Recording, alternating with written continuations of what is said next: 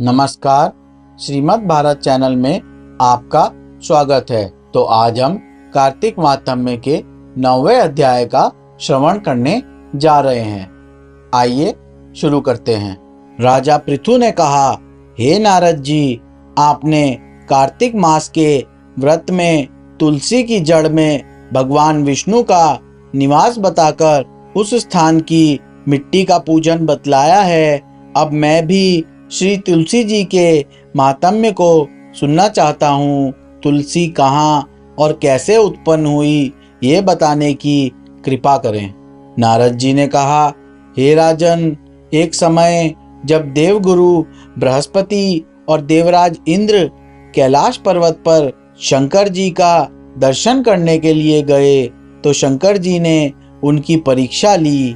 उन जटाधारी दिगंबर ने उनका मार्ग में ही अनुरोध कर डाला। यद्यपि वे तेजस्वी, शांत, लंबी भुजा और चौड़ी छाती वाले गौरवर्ण अपने विशाल नेत्रों युक्त तथा सिर पर जटाधारे वैसे ही बैठे थे, तथापि इंद्र ने शंकर जी को न पहचानकर उनका नाम धाम आदि परिचय पूछा और कहा, शंकर जी अपने स्थान पर हैं या कहीं गए हैं। इस पर उस तपस्वी ने कुछ नहीं कहा, परंतु त्रिलोकीनाथ के ऐश्वर्य से भयभीत होकर इंद्र कब चुप रहते। उन्होंने क्रोध में धड़क कर कहा, अरे मैं पूछता हूँ तो उत्तर क्यों नहीं देता? मैं अभी तुझे इस वज्र से मारता हूँ, फिर देखता हूँ तुझ दुर्मति की रक्षा कौन करता है। फिर ज्यों ही दिगंबर को मारने के लिए हाथ में वज्र लिया, त्यों ही भगवान शंकर ने वज्र सहित उसका हाथ स्तंभित कर दिया और विकराल नेत्र कर ज्यों ही उसे देखा तो ऐसा विदित हुआ मानो वह दिगंबर प्रज्वलित हो उठा है और तेज से जला देगा। भुजाएं स्तंभित होने से इंद्र के क्रोध और दुख का अंत न रहा, परंतु ज्यों ही बृहस्पति जी ने उसको प्रज्वलित देखा त्यों ही अपनी बुद्धि से उनको भगवान शंकर जानकर प्रणाम किया और इंद्र को भी उनके चरणों में गिराया। फिर बृहस्पति जी बोले, हे दीनानाथ, अपना क्रोध रोककर इनका अपराध क्षमा कीजिए।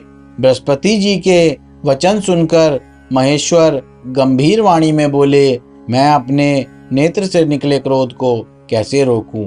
तब बृहस्पति जी बोले, हे भगवान, भक्तों पर तो दया करनी ही चाहिए, अतः अपना भक्त वत्सल नाम सार्थक कीजिए और इस तेज को शांत कर इंद्र का उद्धार कीजिए। तब भगवान शंकर ने कहा, मैं तुम्हारी स्तुति से प्रसन्न हूँ, जो तुमने इंद्र को जीवन दान दिलाया। अब मैं तुम्हें अपने वरदान द्वारा जीव नाम से विख्यात करता हूँ। मेरे नेत्रों की अग्नि अब इंद्र को पीड़ित नहीं करेगी। ऐसा कहकर शंकर जी ने अपने माथे से निकले हुए तेज को क्षीर सागर में डाल दिया। फिर लीलाधारी भगवान अंतर्ध्यान हो गए। इंद्र और बृहस्पति दोनों भय से मुक्त होकर परम सुखी हुए। इस प्रकार जिनको जानने की इच्छा थी उन्हें जानकर इंद्र और बृहस्पति अपने स्थान को चले गए।